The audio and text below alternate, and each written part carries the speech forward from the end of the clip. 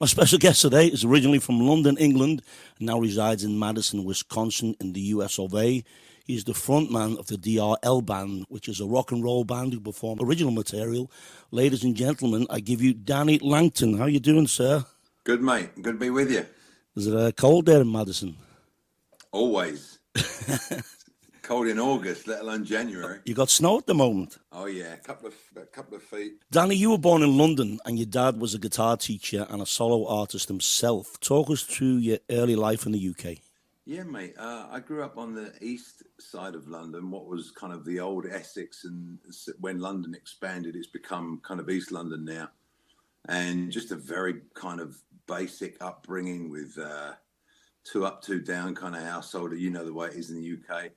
And I just remember from a very, very young age, just kids and adults coming in, traipsing through the house into the back room, and the old man would be giving lessons back there on the guitar. And then we'd go out and watch him. And so I guess it was kind of ingrained at a young age, and we'd go out and watch him and be terribly embarrassed by it all. But now looking back, I realize how cool it was what he was doing. And he still goes at it now. He's 81 and he still does his bit now. Was it through your father you got involved in music? Yeah, absolutely. Yeah, I started out asking him about lessons, but he never pushed me into it. I asked him about lessons periodically, and on the guitar, that is, and he would kind of teach me some theory, and I'd get bored, senseless, and give up after about a week. And it really took me until I moved to Munich, Germany, when I was about 24 or 5. And I met a Geordie there who was an absolutely virtuoso on the guitar. And I remember he said to me, "So you want to play? Okay, well, I don't believe in theory. I believe that it's about getting someone hooked on music." He said, "What's your favourite band?" I said, "Oasis." How about the favourite song? I said, "Probably Live Forever." And he wrote down the chords, the 5 or 6 chords, whatever it is, in tabulated form, with the 6 strings and the little dots. Yeah. And it was that point that it got me, it gripped me, because at that point I realized that I could play a song on the guitar and sing all alone independently without any other instrumentation or anything else. And that was what finally got me. That dude, that guy from Newcastle in Munich. Pretty random. Yeah. How come you moved to Munich? Why did I move to Munich? For a girl, I guess, would be the best answer to that one, mate. I was in Australia I lived out there for a year. And then came back through Southeast Asia with a girl that I met in Australia who was from Scotland. And then we ended up moving to Munich, Germany, because she had a job out there. So when did you start actually gigging, performing live? Performing very recently, Joe. Even after that mid-20s period when I picked up the guitar, I would pick it up and I would play and I would learn a few songs, Beatles, Oasis, whatever it is. And I would put it down again. It'd be months at a time rather than weeks earlier than with my dad. But I would still drift in and out of interest for the instrument, for music. And it wasn't until it was around when I turned 40. I'm 48 now. So it was within the last 7 or 8 years. It was a classic story, and it's a typical story of my wife. She came. I was just messing around with a buddy in the basement in my old house in North Carolina, and she came down and said, "Oh, you guys sound good. You should get a gig." And we said, "Oh, yeah, I doubt it. We never thought about that." And turns out we had friends opening up a bookstore in Wake Forest, page 158, and she said you could do their opening for them. So she ended up convincing us to do their opening for them, and about probably no longer, I kid you not, no longer than 6 weeks before that, she said, "By the way, Dave and Sue don't have an ASCAP license." And at that time, I didn't have a clue what that meant. I said, "Well, so what does that mean?" She said, "Well, you can't play any covers. It all has to be original music." And me and my buddy Chris looked at each other and we said, "Well, I mean, that's impossible. We've never written a song."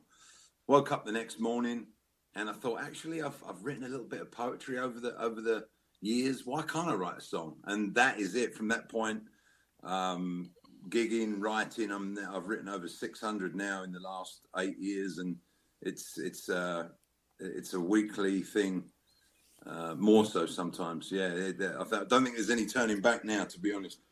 So the DRL Band, when did you form the band?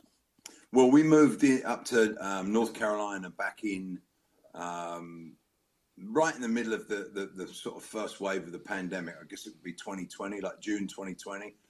And so obviously I disbanded the old crew in North Carolina the previous year and just looked for musicians here, did the usual Facebook searching and Craigslist searching. And turns out that my drummer lives 2 houses over that direction to the south. And he's a drummer, obviously, got him in.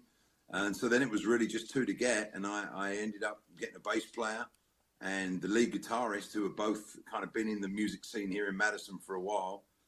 And that was kind of when we started playing again in January of 21. So we've only been at it for a year again now in Madison, Wisconsin. Because your old band was King Monsoon, is that right? You had another band. That was an early iteration, mate. Yeah, and the band went through a number of iterations, which was the reason that I decided eventually. It went through so many different names. I thought, okay, a placeholder for now is just going to be the DRL Band, which is just my initials. I was going to ask you just what it my stood initials, for. mate. And the thing is, Jack, my previous bass player, Jack, he made that logo, and that's what I'm attached to, is the logo. I wouldn't mind changing the band name at some point down the road, and we've discussed it even with these guys. But that logo's got to stay, man. I love the reference to the RAF and the mod, the colors, obviously, you know, and the Weller reference. So yeah, that's what the name is. So the other 3 guys are from Wisconsin? Yeah, they're all from Madison, mate. Yeah. Right, okay. Well, do you know what? We're going to play first track of the band. Then we're going to come back to you and talk about. But before we do, talk us through the song. The song's called "This Love." Talk us through the track first. Oh boy, that's a dicey one, Joe. There's a lot of music, a lot of artists out there who give a lot of meaning to their songs and openly discuss them. I am definitely more in the Noel Gallagher kind of mindset, that it probably meant a number of various things to me when I write all of these songs. Okay.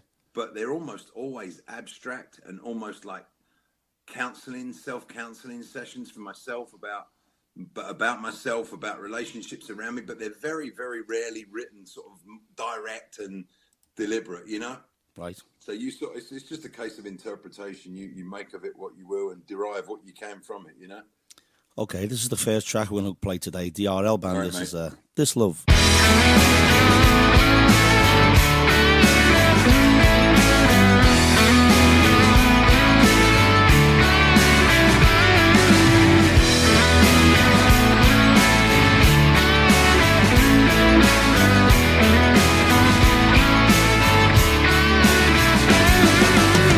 Into my sight in the black of night before anyone. I'm just trying to feel the love that's at my heels as I run.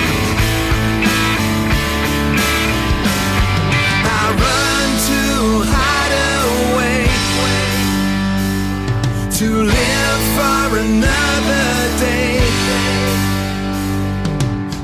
Is closing in. Lord, chase away my sin before the day. The picture that I see paints no enemy either way.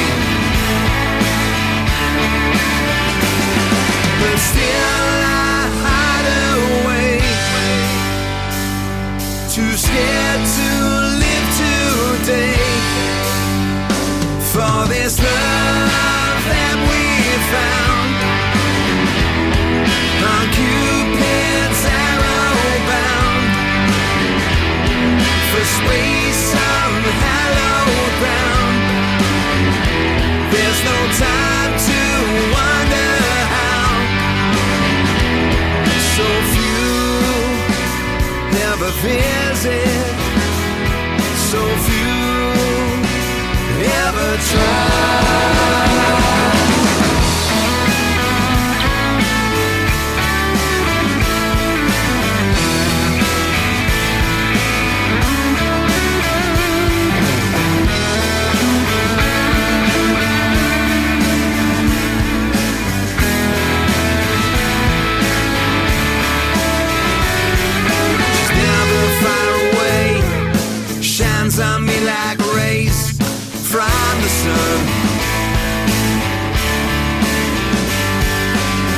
Is this feeling real?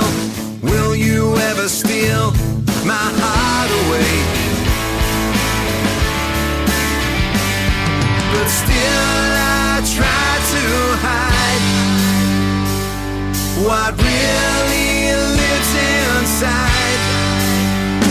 For this love that we found on Cupid's arrow bound, for space on hallowed ground. There's no time to wonder how so few ever visit, so few ever try.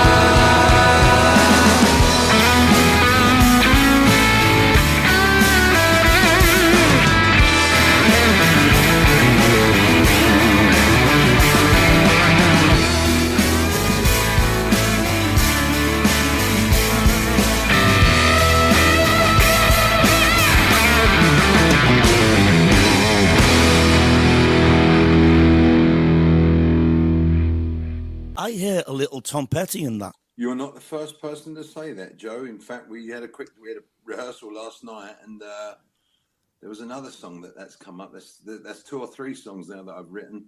Yeah, people have said that, and it doesn't totally surprise me because I think he's phenomenal. You know, the music that he produced, and yeah, it's any of those kind of references are always a massive compliment. You know. Yeah, I mean, I really hear Tom Petty in that. I'm not saying it's a carbon copy. I'm just saying, you know, Yeah. we all have influences, especially Yeah. for writing stuff. You're telling me I ripped him off. That's what you're saying. Do you write all the material yourself, and words and music? I do, mate. Yeah, well, I write all of the lyrics, and I, put the chords to it, and the vocal melodies, and then beyond that, it really is down to the guys to arrange or create their individual parts, the bass line, the lead guitar, the drum patterns, and then we all collaborate, obviously, as a band in terms of the arrangements and harmonies and stuff like that. But yeah, I start out with it all in the sort of the words and the chords phase. How are you to work with because when you write a song, are you really strict with the guys saying, I want this, it has to be this, or do you just work as a team? We work as a team. You'd have to ask them. But I like to think. I mean, I'm a team player. Always have been with everything in life. I like team sports. I'm better at team sports. Individuals, too much pressure. What you do, Joe, it baffles me. I mean, you do it so much that I'm sure it's just second nature to you. But it's what my dad used to do as well. I have absolutely no aspirations ever in going and sitting out there on my own with an acoustic guitar. It's still pretty scary to think of that, so I'd like to think that I was a team player, and there's certain things that, at least to my ear, they're just not happening. It's just not right.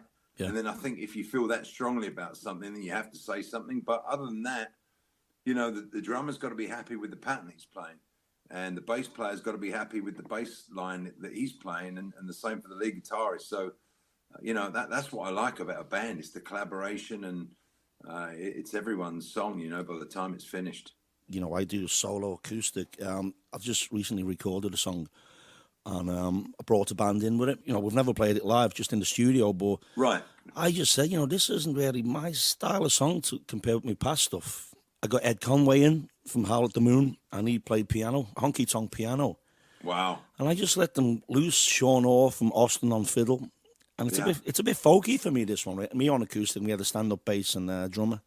But right. I'm happy with it. It came out a little bit folky for me for what I've done in the past. But, No, there's pros and cons, aren't there, mate? You're on your own all the time, and that gives you a lot of flexibility, and you can stamp exactly what identity you want on that song, the sound and all of it. But then, there's the collaboration, and it goes sometimes with other minds and other talents and experiences and influences. It takes another direction, and sometimes it's a pretty cool direction that it takes, Yeah. The guys in my band, the drummer is heavily influenced by the likes of Grateful Dead, Rush. These are bands that I've not listened. I wouldn't be able to name you, 2 songs from any of them. The lead guitarist has got influences from all over. He's actually half British, so he and I are quite aligned. But then the bass player also has a pretty strong folk background as well. So it goes in all kinds of different directions, you know, based on those influences. Yeah, I'm curious now. The DRL Band. What's your middle initial? Because I know it's Danny Langton, but I need to ask you.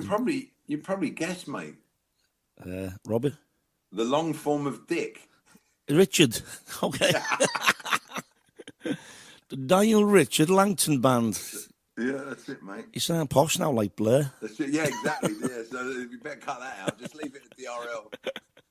Danny, I met you some years ago now here in San Antonio, Texas. Right. But you're in the health and fitness business too, right? And you sell equipment to the military. Tell us a little bit about that. Yeah, so I've been in the fitness business now for, what would it be? 30 years.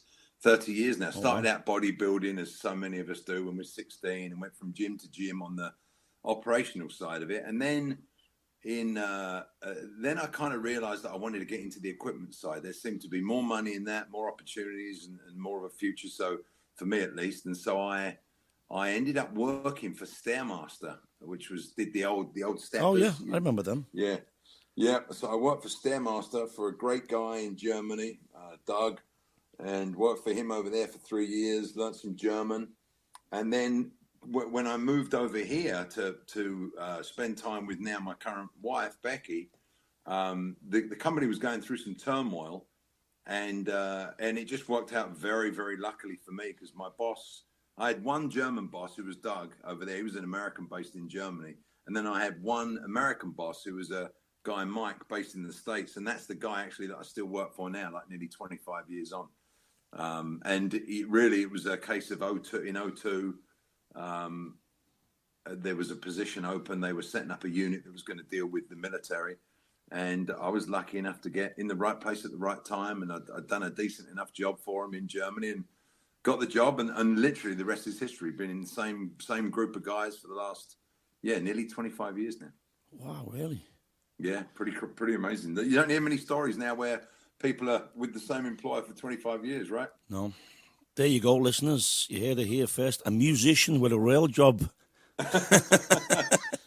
Dying breed. But at least, you can concentrate on your original material because you've got your fitness job. And so with the band, you concentrate fully on your original stuff, right? We've done a couple of funny old gigs for like real estate, open house type stuff. And they've said, could you play some covers? That's the only time I've ever played any. And ironically, is Tom Petty is always, a couple of the songs that I go for, and Oasis, Beatles, just the kind of classics. But outside of that, it's all original. That's all we do in this rehearsal space here, right here now, which is also my office, is just original music, creating our own songs.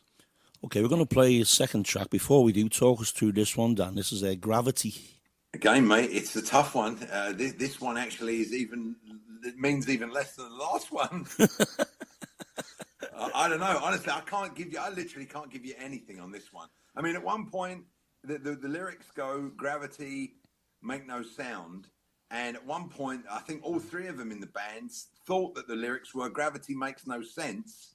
And so they were all just playing along to gravity makes no sense. So that's kind of really the mantra for this one. Is I'm not really sure what it's about, Joe, to be totally honest with you. Well, let's hear it. This is Gravity, DRL Band.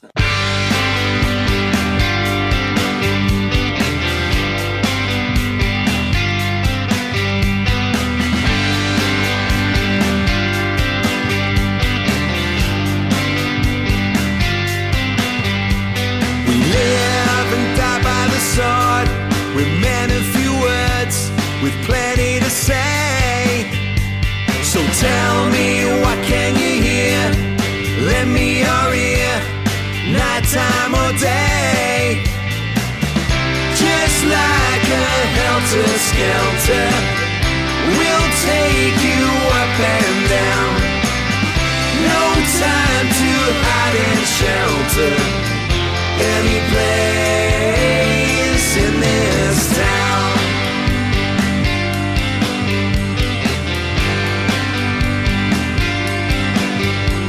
We are an army of men, again and again, in blue skies or gray.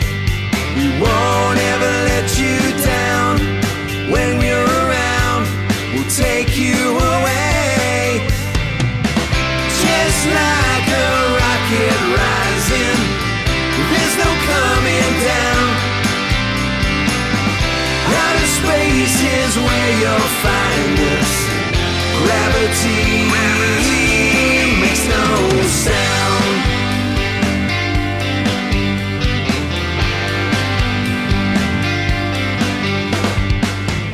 No need to worry about it. You're not alone. Don't ever lose your faith in, you know.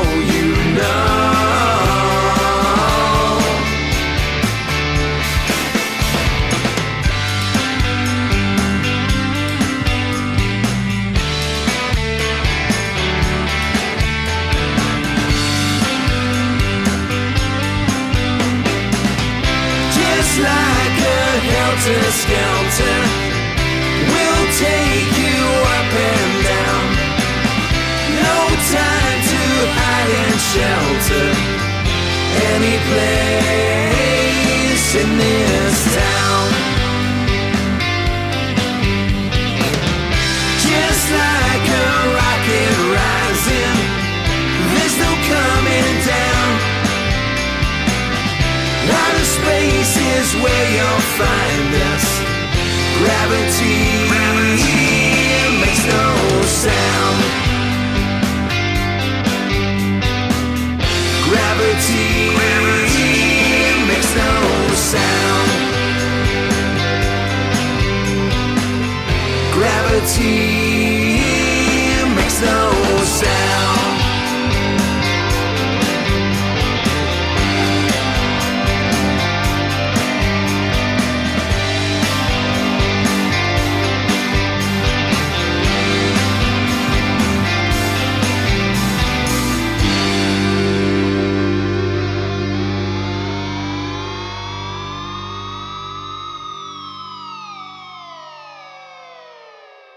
I like that one. I can hear Oasis definitely in that one. Really? Yeah, I can hear a bit of Oasis for sure there. But I think it's got a bit of a 60s feel. That. Definitely, yeah. That was actually I spaced as well. I realised in the opening line, I realised I did have kind of an image in mind. And it was like the four of us, the band, taking the audience kind of on a journey, and the camaraderie of the band. That was a loose concept for that one. And Oasis is exactly what I had in mind. And I think that it didn't end up, we never could quite get it to sound quite as raw as maybe as I initially had planned, but I think it's turned out pretty well, you know, and it has got more of a kind of a 60s kind of vibe to it, you know? Yeah, I mean, the mix is great. The production on it. Yeah. Dave is a really a seasoned vet. He went to Madison, UW Madison for music, so he's got a degree in music. Very experienced in production, and just a real, you know, I mean, I'm writing songs, so many songs that's not the kind of the weak point. The weak point has always been production, you know, and it's timely, as you well know. You've got to get either time in the studio and dedicate some serious hours in prep for the studio and then in the studio, or you try and cobble stuff together using DAW systems at home. And it was just, I mean, when I spoke to Dave, the fact that he had the English background and the fact that he had that experience, and he actually said to me before I hired him, he said, I'd like to play in the band. I've just got one caveat, that you let me kind of have some autonomy over the production and the arrangements of the music. And I said, of course, that's exactly what I'm looking for. So it was a kind of a match made in heaven. He does a great job. Yeah. Yeah. But you're a big fan of Oasis. I know that. Also the Kinks and Paul Weller. But you've actually met Paul Weller, haven't you? Yeah, I have, mate. Yeah. I met Weller in DC. I think it was 17.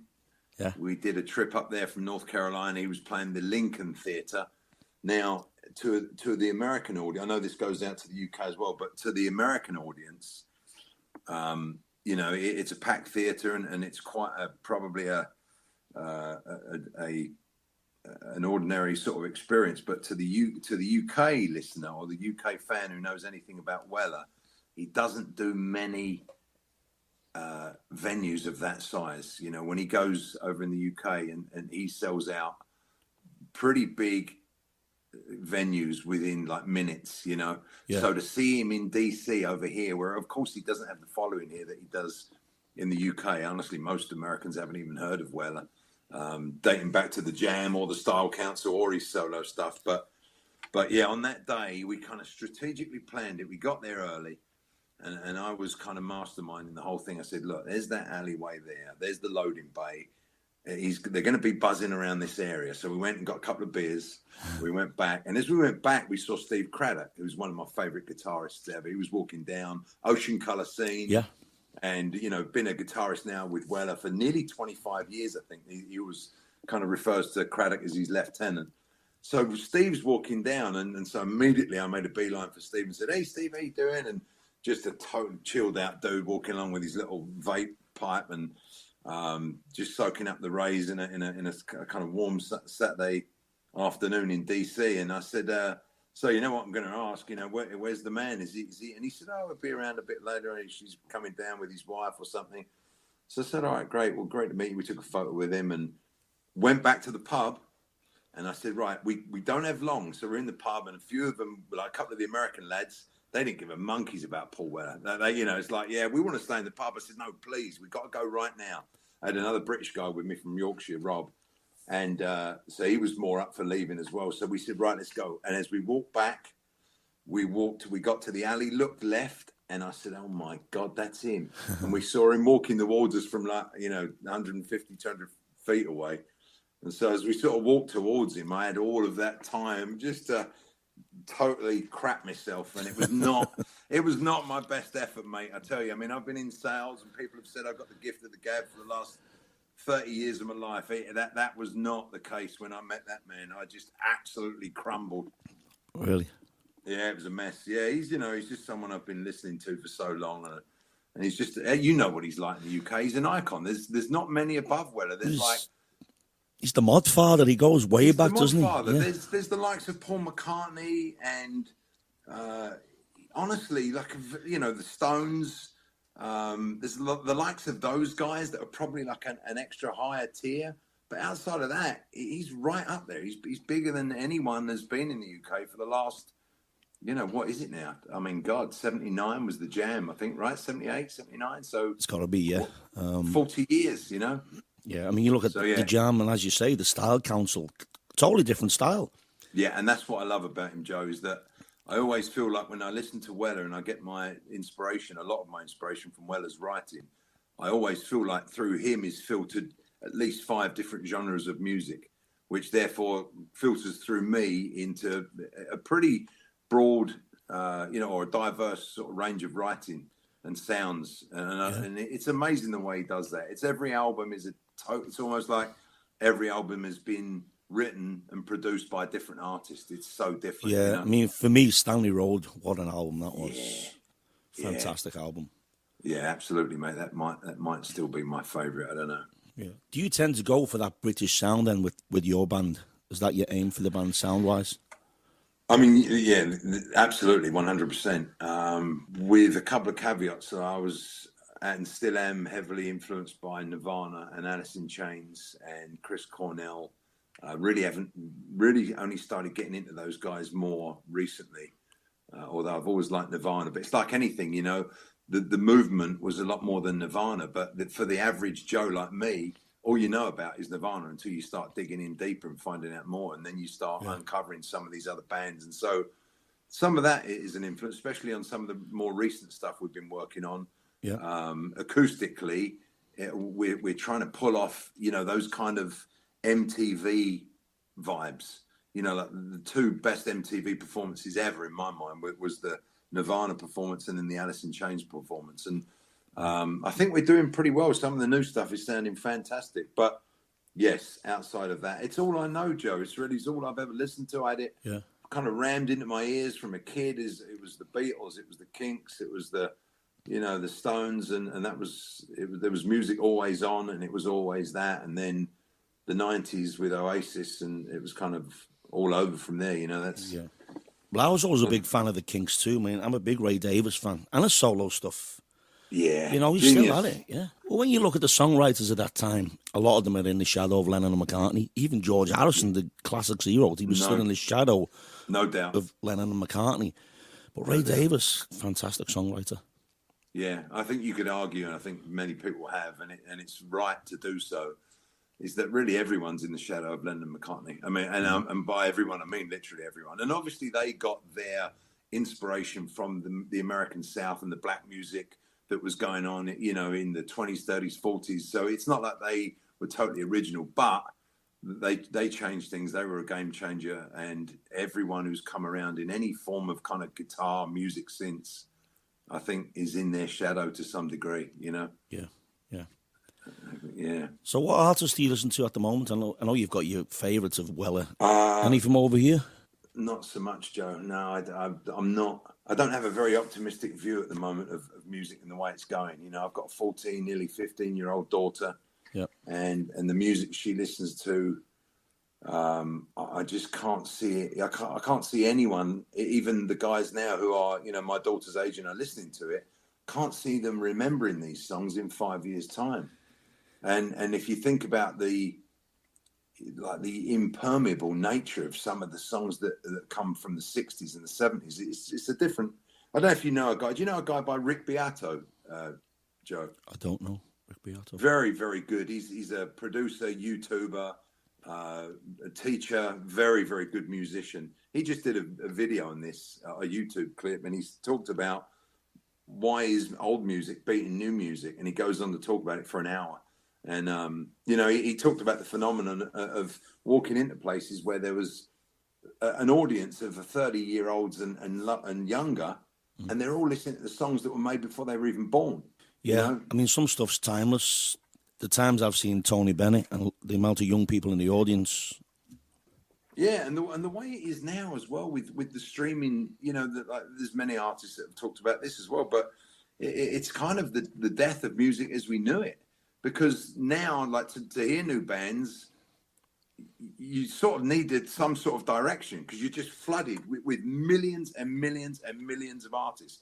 There's some good sides to that, of course. Like I'm able to produce a record and get it up on Spotify and iTunes, whereas 30 years ago it would have been a total different story. But it's you know, I don't honestly. I'm guilty of not digging too hard, too deep, really, to find. Because I'm the same, to be honest with you. You know, I'm not really in the loop of what's going on right now, any new stuff at all, you know. There are good bands out there. There are young bands. But when you think about the bands that are selling out the biggest gigs now, you've got to be honest and say that every single one of them is like at least 20 years old, you know, like the Foo Fighters or, you know, even like the Arctic Monkeys in the UK, Kasabian. These guys they're all almost 20 years old, these bands now. And I think it's called Royal Blood. I think it's like a recent band, and they've made some good tunes. And there's another band what's her name? I think it's a Scottish singer, female singer.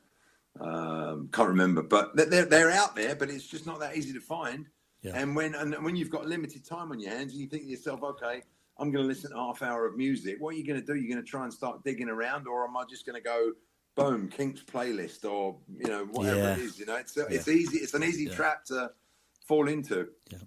Now I know you did some shows towards the end of last year with the band. You got any new gigs coming up this year? We just booked, as a matter of fact, Joe, March 5th. We are back out at the local brewery out in Mount Horeb, which is where our lead guitarist is from. Right. And we're playing there on March 5th. That's going to be an interesting gig.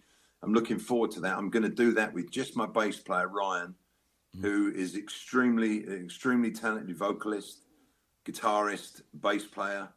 And so that will just be him. He and I will do that on two acoustics, and he'll pick up a bass for a few songs as well. Yeah. And then we booked that place again. We just booked that place for early May. I forget the date. I think it's May 7th, Saturday, May 7th, back out at the Grumpy Troll as well. But yeah, we're starting to get sort of planning now. We've spent a lot of time in the studio, and we're looking to get some stuff on the books now for spring and the summer festival season. How is the Wisconsin area for live music?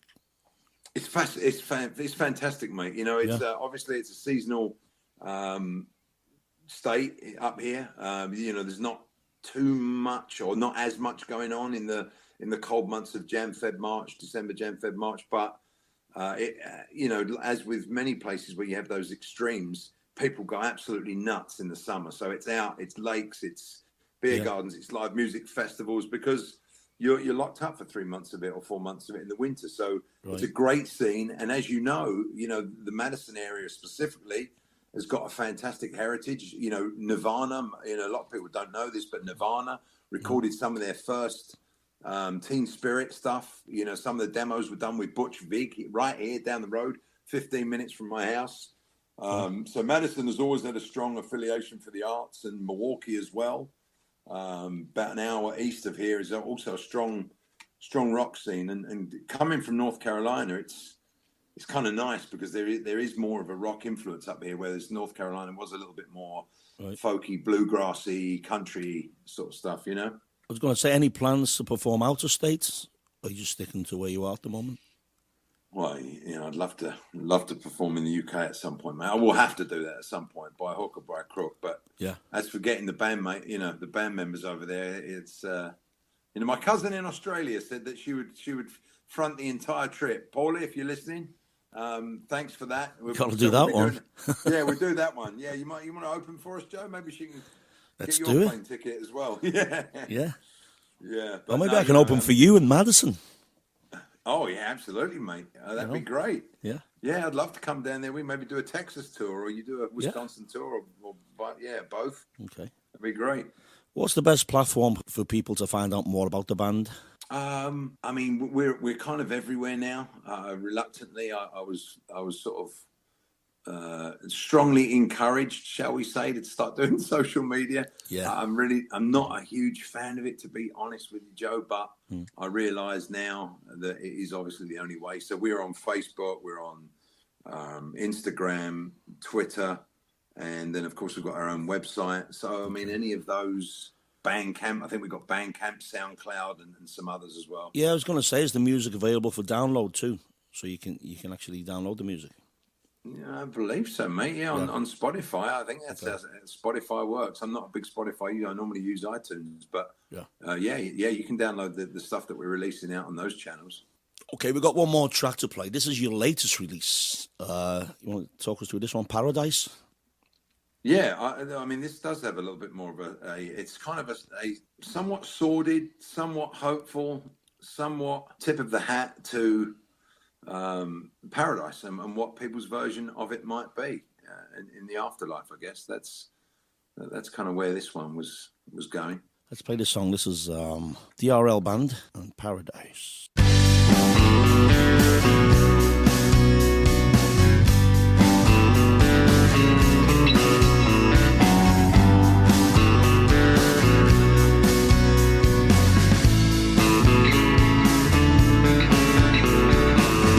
Won't you take me up and free my mind?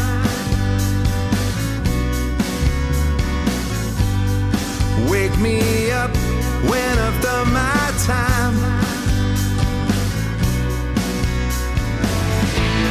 Show me all down the line. When I'm ready to go, I'm ready to fly. Open the gates, give me stairs to climb. Take me down a road where the world ain't signed. Show me all down the line. When I'm ready to go, I'm ready to fly. To the Paradise Club near the sun, where we are free and the game's been won. To the Paradise Club beyond the stars. Arm's length from Venus, stone's throw from Mars. To the Paradise Club. To the Paradise Club. To the Paradise Club.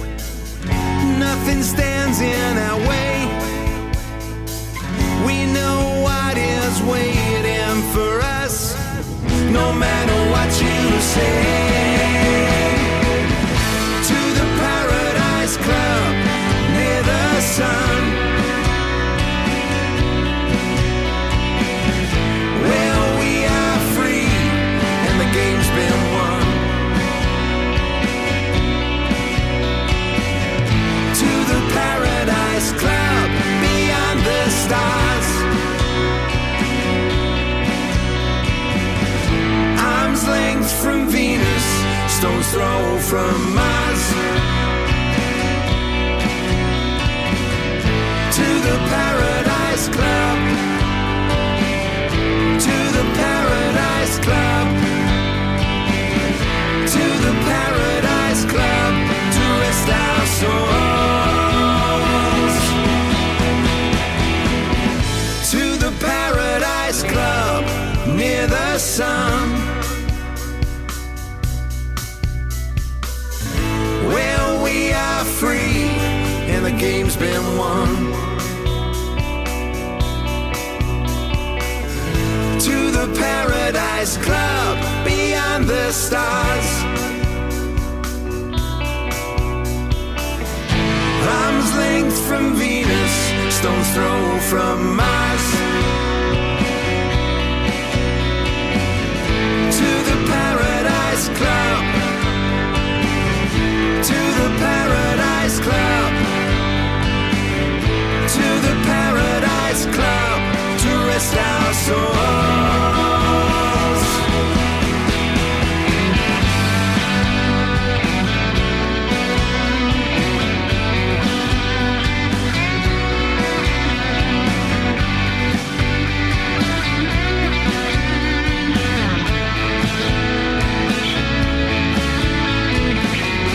Won't you take me up and free my mind?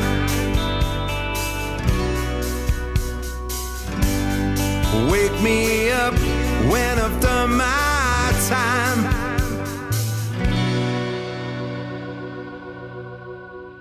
Out the three, I like that one the best. I've got to correct myself there. I'm saying Paradise. The song's called Paradise Club.